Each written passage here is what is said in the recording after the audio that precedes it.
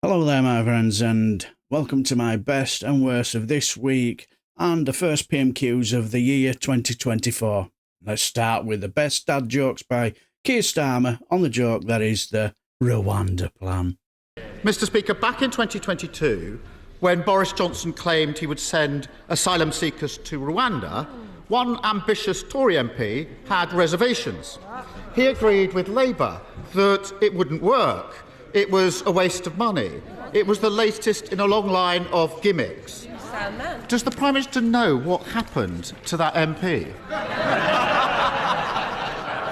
Well, Mr. Speaker, what that honourable gentleman refers to is a document that he hasn't seen, I haven't seen, and has been reported second-hand in a bunch of media newspapers. But what I can tell him is I am absolutely clear that you do need to stop the boats, and that's what this government and that MP is going to deliver. I notice he didn't deny it, Mr. Speaker. I'm not surprised. £400 million of taxpayer money down the drain. No one sent to Rwanda. Small boats still coming. It's hardly a surprise he wanted to scrap the scheme when he was trying to sneak in as Tory leader. But he's been caught red-handed opposing the very thing that he's now made his flagship policy. Which member should we listen to? The one before us today, or the one who used to believe in something?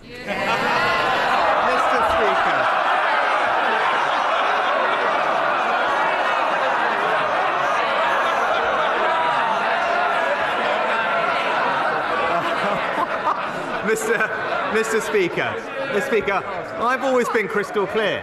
You do need to have an effective deterrence to finally solve this problem. In fact, the National Crime Agency agree that you need, in their words, an effective removals and deterrence agreement. And that's why, after becoming Prime Minister, I negotiated a new deal with Albania, thanks to which we have seen a 93% drop in illegal arrivals from Albania. That's how Australia stopped the boats. That's why Italy, Germany and Austria are all looking at similar schemes. According to Full Fact, only Italy has announced an agreement to relocate asylum seekers in a different country. And it has substantial contrast to the UK's Rwanda policy.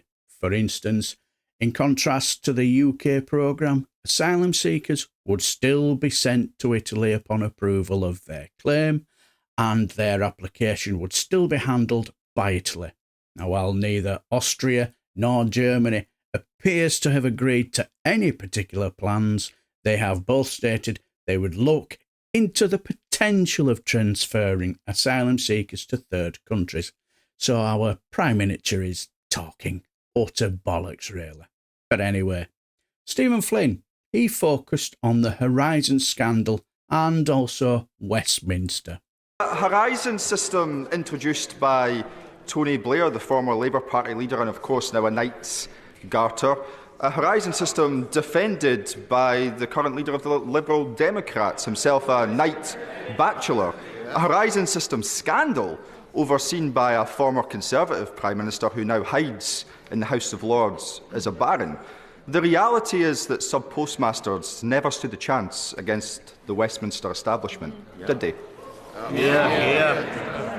Well, Mr. Speaker, as I've said, this is actually one of the greatest miscarriages of justice in our country's history. And all our thoughts are with those who worked so hard for their communities and have seen their lives and reputations destroyed.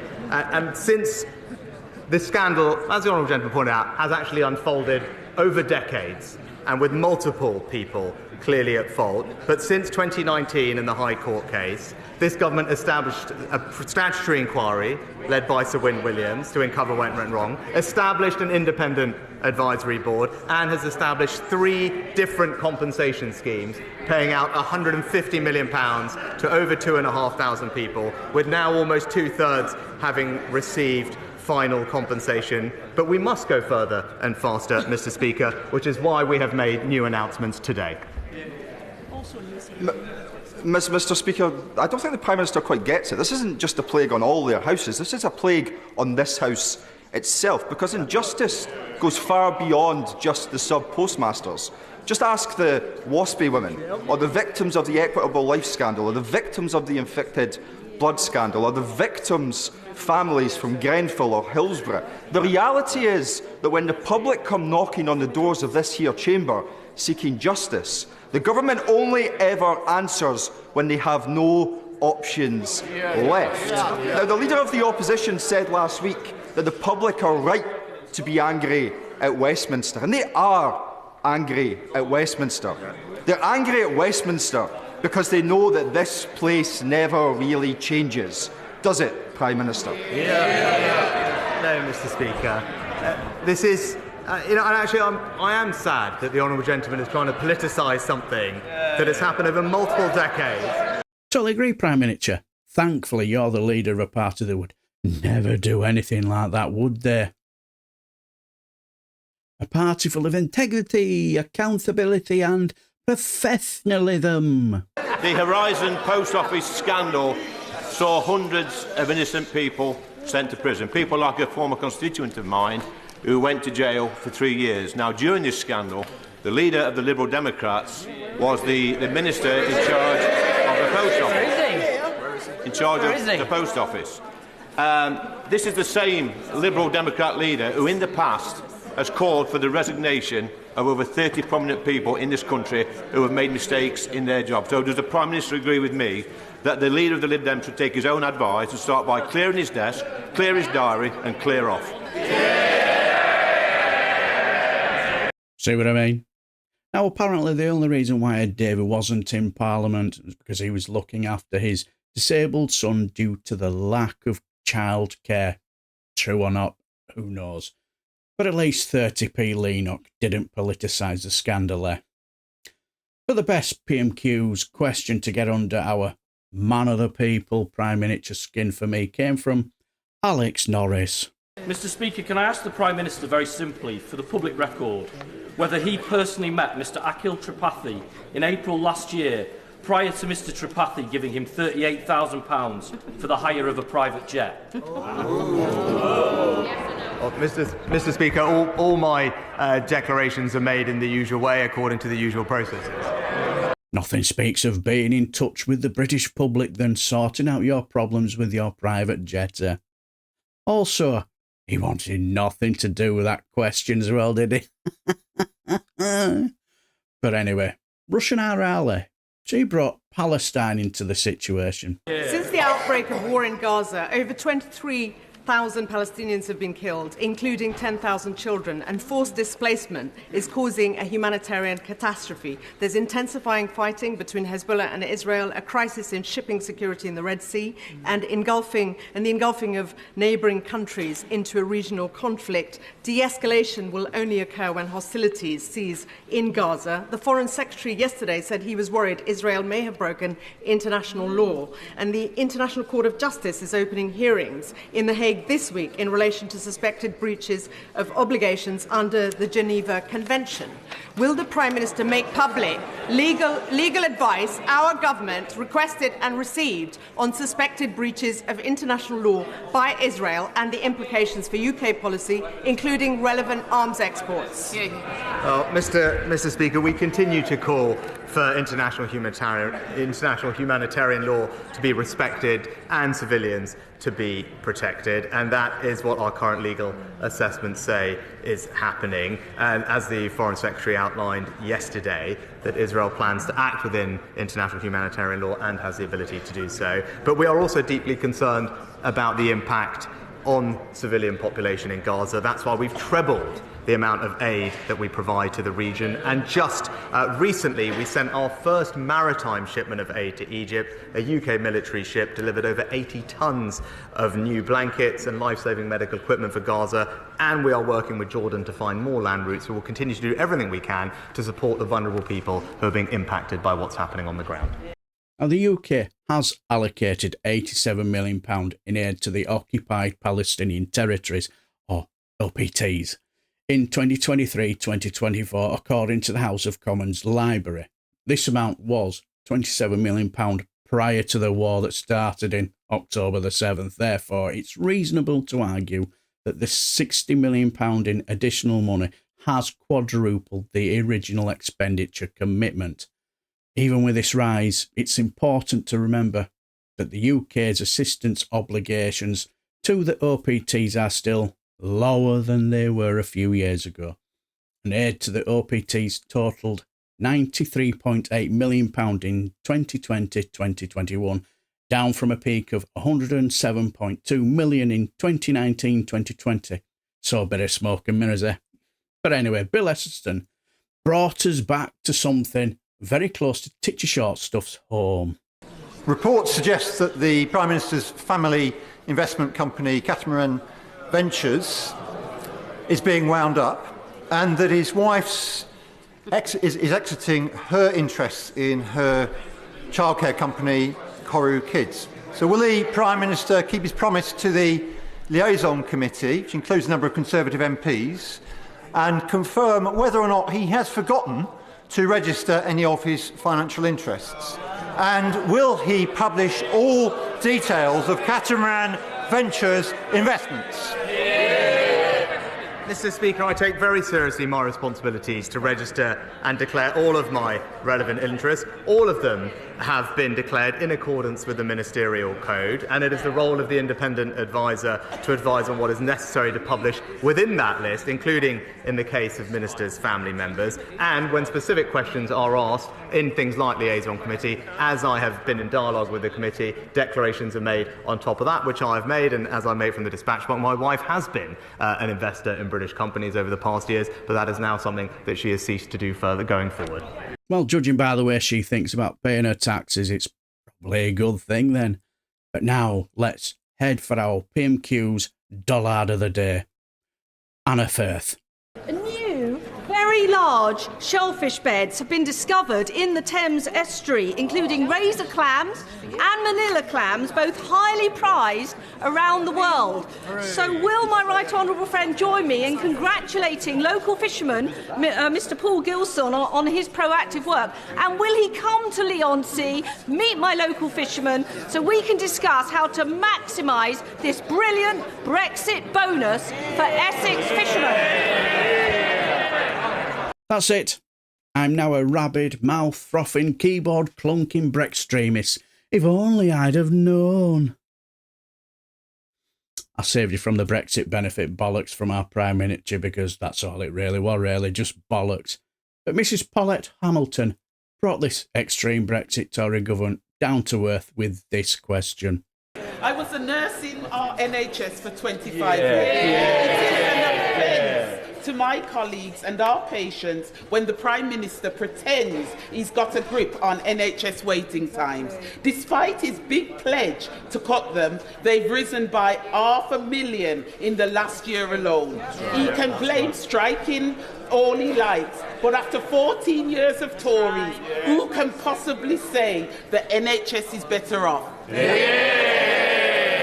Mr. Speaker, can I thank the Honourable Lady for her decades of service in the NHS and commend all the work of our fantastic, hard-working nurses in the NHS. And I'm pleased that we've delivered early on our manifesto pledge to have 50,000 more nurses in the NHS, together with record numbers of doctors, elective surgical hubs, community diagnostic centres, all of which means that we are now treating more people in the NHS than we have ever done before. One thing that is hampering progress on tackling the waiting list is obviously industrial action. So I hope that the Honourable Lady can join with the million NHS workers, including nurses, midwives, therapists, paramedics, consultants and specialty doctors, all of whom have reached a fair and reasonable pay settlement with the government, and urge the junior doctors to do the same. Well, in between the patronising of our Mrs Hamilton and our fantastic NHS and blaming them for the reason why waiting lists are going up, he was also talking a bit of baloney. Our Prime Minister said that consultants and speciality doctors employed by the National Health Service had reached a fair and reasonable pay settlement with the government. This might be deceiving though, because currently doctors who specialise in treating patients as well as consultants are voting on whether to accept the recent offer that their union officials have negotiated with the government. Both groups have the right to carry out strike action if they reject the offer. But anyway, Stuart C. McDonald brought up child income poverty. Has the Prime Minister seen the utterly damning new UNICEF report showing child income poverty rose way faster in the UK than in any of the other 39 countries analysed in the decade to 2021? Scrapping the benefits cap, scrapping the two-child limit, rolling out the Scottish Child Payment UK-wide could reverse a decade of utter failure. So why won't he, or indeed the so-called official opposition, commit to these potentially transformative but affordable policies? Well, Mr. Speaker, I would just point out to the honourable gentleman that since 2010, the number of people living in poverty has actually reduced by 1.7 million, Mr. Speaker, including hundreds of thousands of children. I brought this up on a number of occasions, bit of a bugbear of mine, about this. 1.7 million fewer people are living in poverty today than in 2010, Mr. Speaker figure.